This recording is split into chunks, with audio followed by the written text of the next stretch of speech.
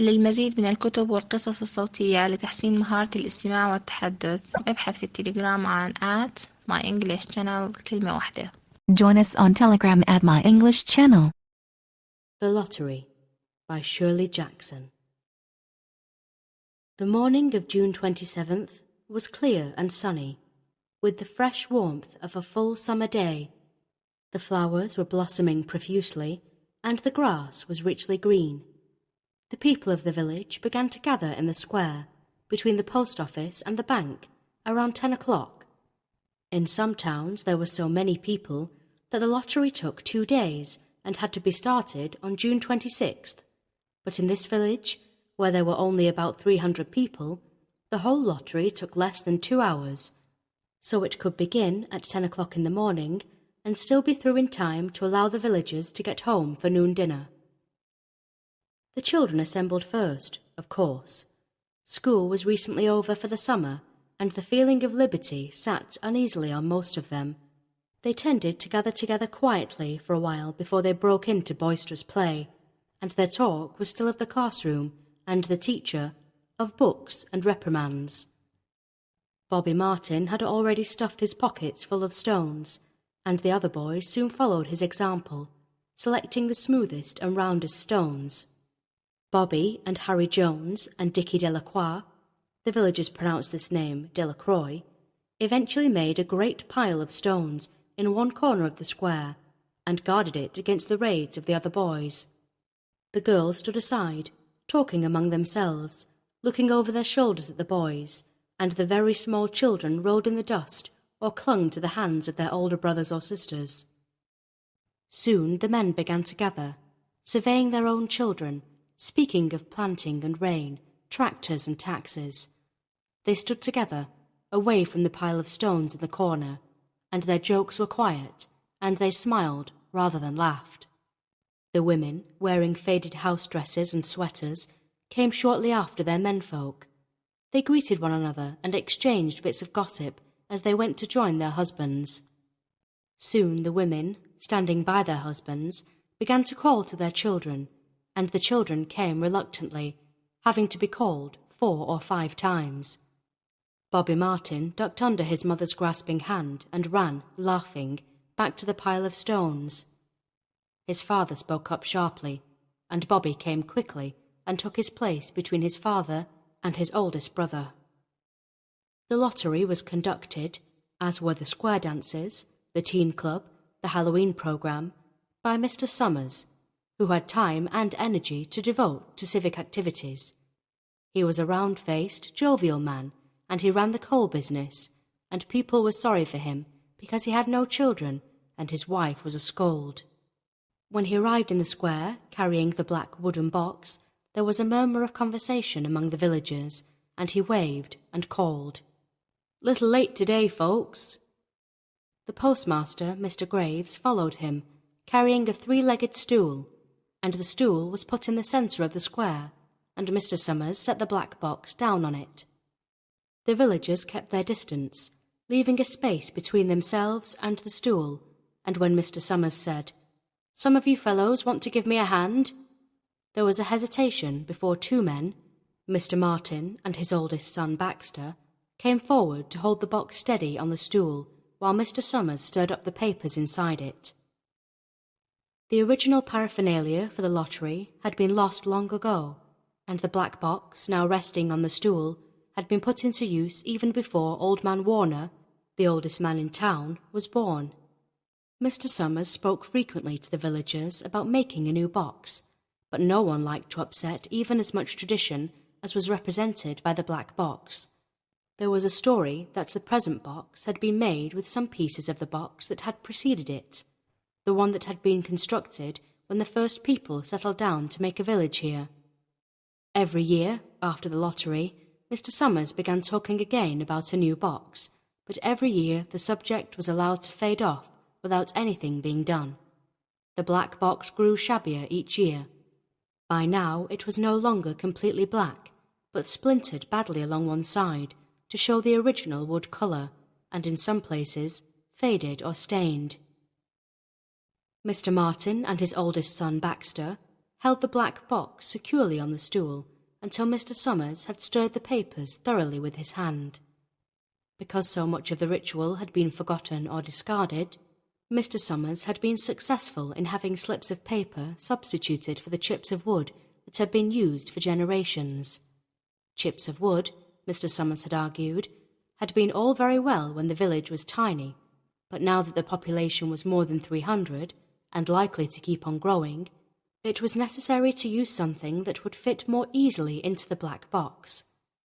The night before the lottery, Mr. Summers and Mr. Graves made up the slips of paper and put them in the box, and it was then taken to the safe of Mr. Summers' coal company and locked up until Mr. Summers was ready to take it to the square the next morning. The rest of the year, the box was put away, sometimes one place, sometimes another. It had spent 1 year in Mr. Graves's barn, and another year underfoot in the post office, and sometimes it was set on a shelf in the Martin grocery and left there. There was a great deal of fussing to be done before Mr. Summers declared the lottery open. There were the lists to make up, of heads of families, heads of households in each family, members of each household in each family. There was the proper swearing in of Mr. Summers by the postmaster as the official of the lottery. At one time, some people remembered, there had been a recital of some sort, performed by the official of the lottery, a perfunctory, tuneless chant that had been rattled off duly each year. Some people believed that the official of the lottery used to stand just so when he said or sang it. Others believed that he was supposed to walk among the people. But years and years ago, this part of the ritual had been allowed to lapse. There had been, also, a ritual salute, which the official of the lottery had had to use in addressing each person who came up to draw from the box. But this also had changed with time. Until now, it was felt necessary only for the official to speak to each person approaching. Mr. Summers was very good at all this, in his clean white shirt and blue jeans, with one hand resting carelessly on the black box. He seemed very proper and important as he talked interminably to Mr. Graves and the Martins. Just as Mr. Summers finally left off talking and turned to the assembled villagers, Mrs. Hutchinson came hurriedly along the path to the square, her sweater thrown over her shoulders, and slid into place in the back of the crowd. "Clean forgot what day it was," she said to Mrs. Delacroix, who stood next to her, and they both laughed softly. "Thought my old man was out back stacking wood," Mrs. Hutchinson went on, "and then I looked out the window and the kids were gone. And then I remembered it was the 27th and came a-running." She dried her hands on her apron, and Mrs. Delacroix said, "You're in time, though. They're still talking away up there." Mrs. Hutchinson craned her neck to see through the crowd and found her husband and children standing near the front. She tapped Mrs. Delacroix on the arm as a farewell and began to make her way through the crowd. The people separated good-humouredly to let her through. 2 or 3 people said, in voices just loud enough to be heard across the crowd, "Here comes your Mrs. Hutchinson," and "Bill, she made it after all." Mrs. Hutchinson reached her husband, and Mr. Summers, who had been waiting, said cheerfully, "Thought we were going to have to get on without you, Tessie." Mrs. Hutchinson said, grinning, "Wouldn't have me leave my dishes in the sink now, would you, Joe?" And soft laughter ran through the crowd as the people stirred back into position after Mrs. Hutchinson's arrival. "Well now," Mr. Summers said soberly, "guess we better get started. Get this over with, so's we can go back to work. Anybody ain't here?" "Dunbar," several people said. "Dunbar, Dunbar." Mr. Summers consulted his list. "Clyde Dunbar," he said. "That's right, he's broke his leg, hasn't he? Who's drawing for him?" "Me, I guess," a woman said, and Mr. Summers turned to look at her. "Wife draws for her husband," Mr. Summers said. "Don't you have a grown boy to do it for you, Janie?" Although Mr. Summers and everyone else in the village knew the answer perfectly well, it was the business of the official of the lottery to ask such questions formally. Mr. Summers waited with an expression of polite interest while Mrs. Dunbar answered.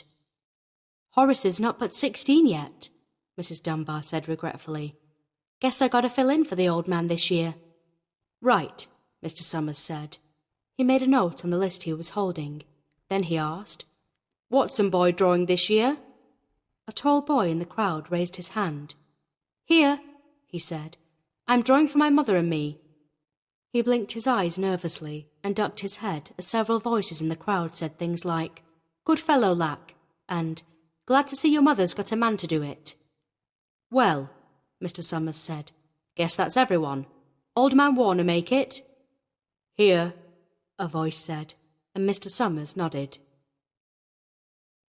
A sudden hush fell on the crowd as Mr. Summers cleared his throat and looked at the list. "All ready?" he called. "Now, I'll read the names, heads of families first, and the men come up and take a paper out of the box. Keep the paper folded in your hand without looking at it until everyone has had a turn. Everything clear?" The people had done it so many times that they only half listened to the directions. Most of them were quiet, wetting their lips, not looking around. Then Mr. Summers raised one hand high and said, "Adams." A man disengaged himself from the crowd and came forward. "Hi, Steve," Mr. Summers said, and Mr. Adams said, "Hi, Joe."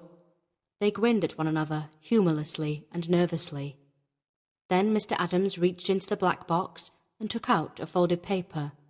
He held it firmly by one corner as he turned and went hastily back to his place in the crowd, where he stood a little apart from his family, not looking down at his hand. "Allen," Mr. Summers said. "Anderson. Bentham." "Seems like there's no time at all between lotteries anymore," Mrs. Delacroix said to Mrs. Graves in the back row. "Seems like we got through with the last one only last week." "Time sure goes fast," Mrs. Graves said. "Clark. Delacroix."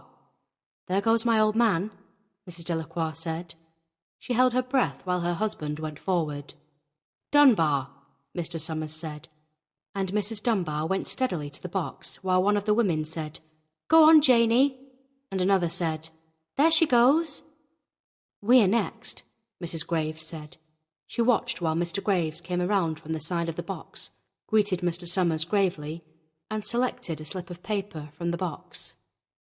By now, all through the crowd there were men holding the small folded papers in their large hand, turning them over and over nervously.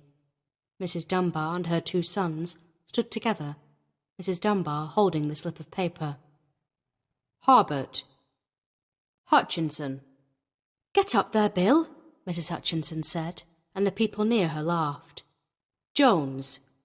"They do say," Mr. Adams said to old man Warner, who stood next to him, "that over in the North Village they're talking of giving up the lottery."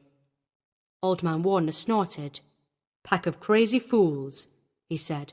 "Listening to the young folks, nothing's good enough for them. Next thing you know, they'll be wanting to go back to living in caves.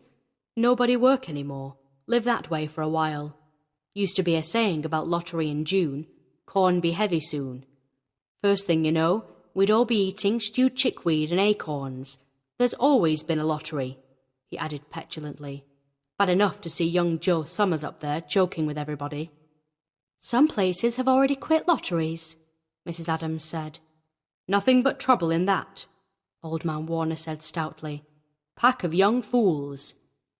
"Martin," and Bobby Martin watched his father go forward. "Overdyke. Percy." "I wish they'd hurry," Mrs. Dunbar said to her older son. "I wish they'd hurry." "They're almost through," her son said. "You get ready to run tell Dad," Mrs. Dunbar said.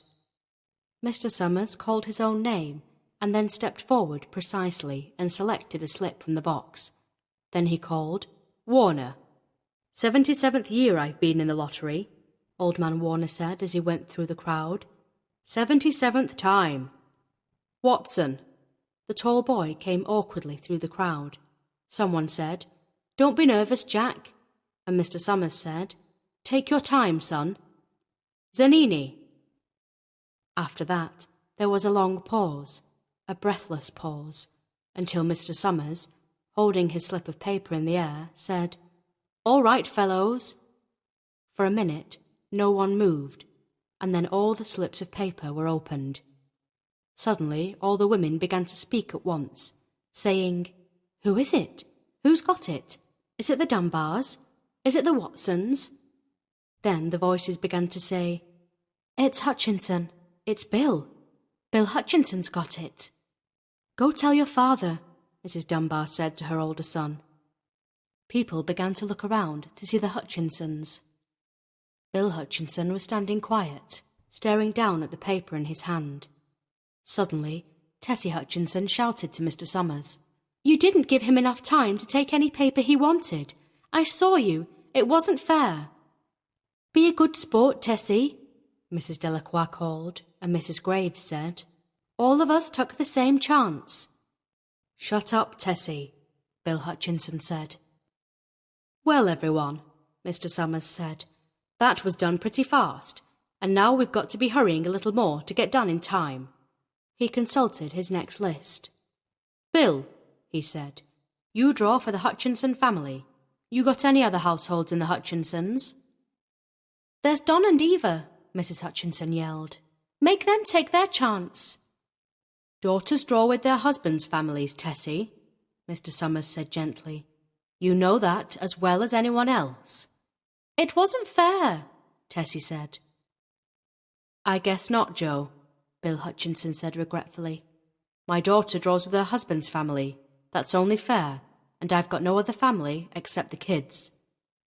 "Then as far as drawing for families is concerned, it's you," Mr. Summers said in explanation. "And as far as drawing for households is concerned, that's you too, right?" "Right," Bill Hutchinson said. "How many kids, Bill?" Mr. Summers asked formally. "3," Bill Hutchinson said. "There's Bill Jr. and Nancy and little Dave and Tessie and me." "All right then," Mr. Summers said. "Harry, you got their tickets back?" Mr. Graves nodded and held up the slips of paper. "Put them in the box then," Mr. Summers directed. "Take Bill's and put it in." "I think we ought to start over," Mrs. Hutchinson said, as quietly as she could. "I tell you it wasn't fair. You didn't give him enough time to choose. Everybody saw that." Mr. Graves had selected the 5 slips and put them in the box, and he dropped all the papers but those onto the ground, where the breeze caught them and lifted them off. "Listen, everybody," Mrs. Hutchinson was saying to the people around her. "Ready, Bill?" Mr. Summers asked, and Bill Hutchinson, with one quick glance around at his wife and children, nodded. "Remember," Mr. Summers said, "take the slips and keep them folded until each person has taken one. Harry, you help little Dave." Mr. Graves took the hand of the little boy, who came willingly up with him to the box. "Take a paper out of the box, Davy," Mr. Summers said. Davy put his hand into the box and laughed. "Take just one paper," Mr. Summers said. "Harry, you hold it for him." Mr. Graves took the child's hand and removed the folded paper from the tight fist and held it while little Dave stood next to him and looked up at him wonderingly. "Nancy next," Mr. Summers said. Nancy was 12, and her school friends breathed heavily as she went forward, switching her skirt, and took a slip daintily from the box. "Bill Jr.," Mr. Summers said, and Billy, his face red and his feet overlarge, near knocked the box over as he got a paper out. "Tessie," Mr. Summers said. She hesitated for a minute, looking around defiantly, and then set her lips and went up to the box. She snatched a paper out and held it behind her. "Bill," Mr. Summers said, and Bill Hutchinson reached into the box and felt around, bringing his hand out at last with the slip of paper in it. The crowd was quiet. A girl whispered, "I hope it's not Nancy," and the sound of the whisper reached the edges of the crowd. "It's not the way it used to be," Old Man Warner said clearly. "People ain't the way they used to be." "All right," Mr. Summers said. "Open the papers. Harry, you open little Dave's." Mr. Graves opened the slip of paper, and there was a general sigh through the crowd as he held it up, and everyone could see that it was blank. Nancy and Bill Jr. opened theirs at the same time. Both beamed and laughed, turning around to the crowd and holding their slips of paper above their heads. "Tessie," Mr. Summers said. There was a pause, and then Mr. Summers looked at Bill Hutchinson, and Bill unfolded his paper and showed it. It was blank. "It's Tessie," Mr. Summers said, and his voice was hushed. "Show us her paper, Bill." Bill Hutchinson went over to his wife and forced the slip of paper out of her hand. It had a black spot on it, the black spot Mr. Summers had made the night before with the heavy pencil in the coal company office. Bill Hutchinson held it up, and there was a stir in the crowd. "All right, folks," Mr. Summers said. "Let's finish quickly." Although the villagers had forgotten the ritual and lost the original black box, they still remembered to use stones. The pile of stones the boys had made earlier was ready. There were stones on the ground with the blowing scraps of paper that had come out of the box. Delacroix selected a stone so large she had to pick it up with both hands and turned to Mrs. Dunbar. "Come on," she said. "Hurry up." Mrs. Dunbar had small stones in both hands, and she said, gasping for breath, "I can't run at all. You'll have to go ahead and I'll catch up with you." The children had stones already, and someone gave little Davy Hutchinson a few pebbles. Tessie Hutchinson was in the centre of a cleared space by now, and she held her hands out desperately as the villagers moved in on her. "This isn't fair," she said. A stone hit her on the side of the head. Old Man Warner was saying, Come on everyone." Steve Adams was in the front of the crowd of villagers, with Mrs. Graves beside him. "It isn't fair! It isn't right!"